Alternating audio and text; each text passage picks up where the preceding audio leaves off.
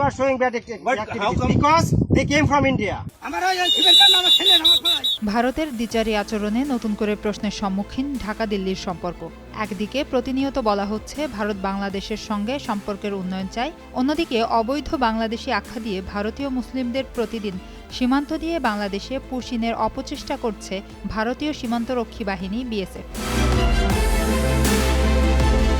সীমান্ত এলাকার স্থানীয়রা জানিয়েছেন শুধু মুসলিম হওয়ার কারণে ভারত এমনটা করছে। যদিও কিছুদিন থেকে বিজিবি হার্ডলাইনে অবস্থান নিয়েছে। ভারত বাংলাদেশ সীমান্তের বিভিন্ন পয়েন্টে বিএসএফের এমন অপচেষ্টা রুখে দিচ্ছে বিজিবি। পশ্চিমবঙ্গে বিজেপির বিজয়ের পর সীমান্তে এমন প্রবণতা বৃদ্ধি পেয়েছে। অপরদিকে প্রায়ই সীমান্তে বাংলাদেশিদের হত্যা অব্যাহত রয়েছে। ভারত সরকারের এমন উদ্ভট আচরণে বাংলাদেশের জনগণ ও সচেতন মহলে ক্রমেই ক্ষোভ অসন্তোষ বাড়ছে। কোনো অবৈধ বসবাসকারী চিহ্নিত হলে তাকে তার নিজ দেশে ফেরত পাঠানোর জন্য আইনি ও কূটনৈতিক প্রক্রিয়া আছে। অভিযোগ উঠেছে ভারত এরকম প্রক্রিয়ার কথা মুখে বললেও কার্যত বেছে নিয়েছে পুশিনের মতো অপেশাদার ও অমানবিক পন্থা। সাবেক রাষ্ট্রদূত হুমায়ুন কবির যুগান্তরকে বলেন, ভারত এক ধরনের মিশ্র মেসেজ দিচ্ছে। দেশটির পররাষ্ট্র দপ্তরের মুখপাত্র রণধীর জয়সওয়াল বলেছেন, ভারতে বসবাসকারী অবৈধ বাংলাদেশিদের বিষয়ে বাংলাদেশ যেন দ্রুতই পদক্ষেপ নেয়। কিন্তু বিভিন্ন সীমান্ত দিয়ে ভারতের বিএসএফ পুশিনের যে ঘটনা, তাতে বাংলাদেশের জনমনে বিরূপ প্রতিক্রিয়া দেখা যাচ্ছে। শুক্রবার ভারতে পররাষ্ট্র মন্ত্রণালয়ের মুখপাত্র রণধীর জয়সওয়াল দিল্লিতে এক ব্রিফিংয়ে বলেন, ভারতে অবৈধভাবে অবস্থানরত বাংলাদেশি সহ সব বিদেশি নাগরিকের বিরুদ্ধে আইনি ব্যবস্থা নেওয়া হবে। একই সঙ্গে তিনি বাংলাদেশের সঙ্গে ভারতের যে বন্ধুত্বপূর্ণ সম্পর্ক রয়েছে তা আরও শক্তিশালী করে এগিয়ে নেয়ার কথাও বলেন।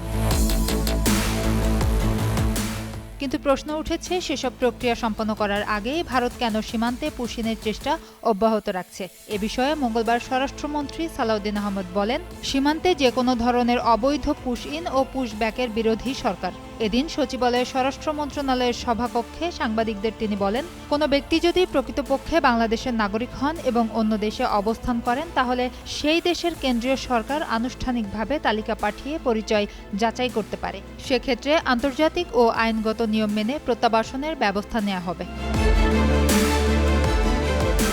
এদিকে নাম প্রকাশে অনিচ্ছুক একজন কূটনৈতিক বিশ্লেষক বলেন, ভারতের পররাষ্ট্র দপ্তর অবৈধ বাংলাদেশিদের অবস্থান নিয়ে যে হুঙ্কার দিচ্ছে, সেখানে ভারতে পালিয়ে থাকা আওয়ামী লীগ এবং দলটির কয়েকশো নেতার বিষয়ে কিছু বলছে না। বাংলাদেশের মানুষ তাদের বিষয়ে সুস্পষ্ট বক্তব্য জানতে চায়। এসব চিহ্নিত পলাতক নেতাদের কেন পুশিন করছে না, এটি এখন বড় প্রশ্ন।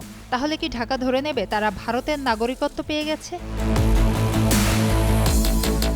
পুশিন ইস্যুটিকে ঘিরে দুই দেশের মধ্যে তিক্ততা বাড়ার সুযোগ তৈরি হয়েছে। তবে দুই দেশের যুক্তি ও মানবিকতা দিয়ে বিচার বিশ্লেষণ করে নীতিগত সিদ্ধান্ত নেওয়া উচিত, এমনটাই মনে করছেন বিশ্লেষকরা। সুবর্ণা রহমান, যুগান্তর নিউজ।